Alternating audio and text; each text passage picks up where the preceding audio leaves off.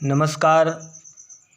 आज फिर हम कक्षा 9 सामाजिक विज्ञान भाग 1 इतिहास।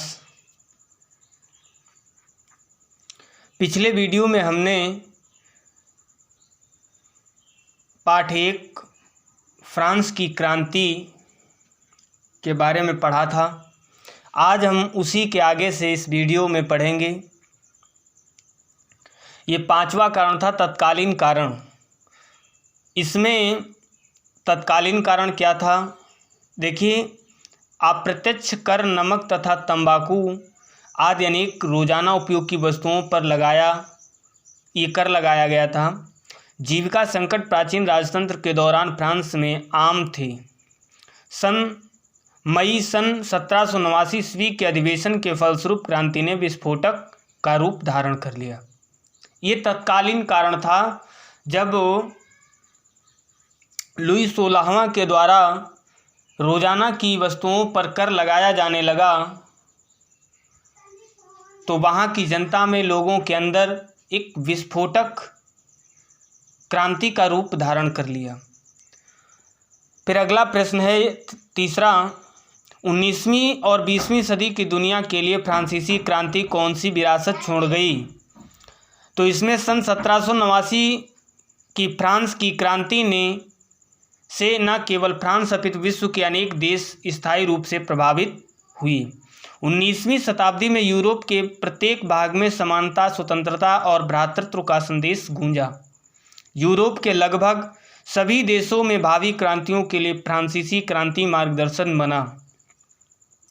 मानव अधिकारों का घोषणा पत्र संपूर्ण विश्व के स्वतंत्रता का सबसे अधिक महत्वपूर्ण अधिकार था। इसमें फ्रांसीसी क्रांति के कारण फ्रांस तथा यूरोप के अन्य देशों में राष्ट्रीयता की भावना का जन्म हुआ। देखिए, जब फ्रांस की क्रांति हुई तो उस क्रांति का प्रभाव पड़ोसी जो अन्य देश थे उन पर पड़ा, जैसे इटली, जर्मनी, रूस आदि, ये इन देशों पर फ्रांस की क्रांति का प्रभाव पड़ा और इन देशों में राष्ट्रीयता की भावना का जन्म हुआ। कुछ समय बाद इस भावना के कारण जर्मनी, इटली आदि देशों में संगठन के आंदोलन प्रबल हुए और वहाँ शक्तिशाली राष्ट्रीयता की स्थापना हुई। देखिए, प्रबल का मतलब है मजबूत। इटली और जर्मन के देशों के जो संगठन थे ये आंदोलन का रूप ले लिया और ये आंदोलन बहुत ही शक्तिशाली और प्रबल हुए। इनके माध्यम से सामंतवाद का स्थान प्रजातंत्र ने लेना आरंभ कर दिया था। सरकार के स्वरूप में इन सभी परिवर्तनों के दौरान स्वतंत्रता, विधि सम्मत, समानता और बंधुत्व प्रेरक आदर्श बन रहे थे। अतः इस क्रांति ने प्रचलित कानूनों का रूप बदल दिया, सामाजिक मान्यताएं बदली और आर्थिक ढांचे में बहुत परिवर्तन किए गए। नेपोलियन काल में पेरिस में एक विश्वविद्यालय की स्थापना की गई। ये नेपोलियन के काल में ही पेरिस में एक विश्वविद्यालय की स्थापना की गई। तो इस प्रकार से फ्रांस की क्रांति का जो दूसरे राष्ट्र थे पड़ोसी, उन पर भी इस प्रकार प्रभाव पड़ा। फिर है इन जनवादी अधिकारों की सूची बनाएं जो हमें आज मिले हैं और जिनका उद्गम फ्रांसीसी क्रांति से हुआ है। देखिए, हमारे भारतवर्ष में हमारे संविधान में स्वतंत्रता, समानता तथा भ्रातृत्व के सिद्धांत को ध्यान में रखते हुए सभी नागरिकों को 6 मौलिक अधिकार प्रदान किए गए। ये कौन से हैं? पहला है समानता का अधिकार, दूसरा है स्वतंत्रता का अधिकार और इधर फिर तीसरा है शिक्षा एवं संस्कृति का अधिकार, चौथा है धार्मिक स्वतंत्रता का अधिकार और पांचवा है शोषण के विरुद्ध अधिकार और छठा है संवैधानिक उपचारों का अधिकार। फिर है इसमें एक प्रश्न और समझ रहे हैं, नेपोलियन के उदय को कैसे समझा जा सकता है? सन 1804 ईस्वी में नेपोलियन बोनापार्ट ने स्वयं को फ्रांस का सम्राट घोषित कर दिया। कब? 1804 ईस्वी में।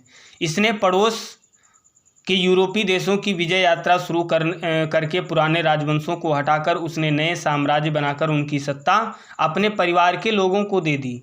नेपोलियन स्वयं को यूरोप के आधुनिकीकरण का अग्रदूत मानता था। उसने ऑस्ट्रिया सन 1805 ईस्वी में ऑस्ट्रिया को अपने कब्जे में ले लिया और प्रसा को सन 1806 ईस्वी में ले लिया और रूस को सन 1807 ईस्वी में परास्त करके उसके अधीन फ्रांसीसी सेना ब्रिटिश नौसेना पर अपना प्रभुत्व नहीं जमा सकी। तो इस प्रकार से इन तीन देशों को कब जीता? ऑस्ट्रिया को 1805 ईस्वी में और प्रसा को 1806 ईस्वी में और रूस को 1807 ईस्वी में नेपोलियन ने परास्त किया। फिर उसके बाद में अंत में ब्रिटेन, प्रसा, ऑस्ट्रिया तथा रूस ने मिलकर ये चार राष्ट्र मिले। ब्रिटेन, प्रसा, ऑस्ट्रिया और रूस, ये चार देश आपस में मिल करके सन 1815 ईस्वी में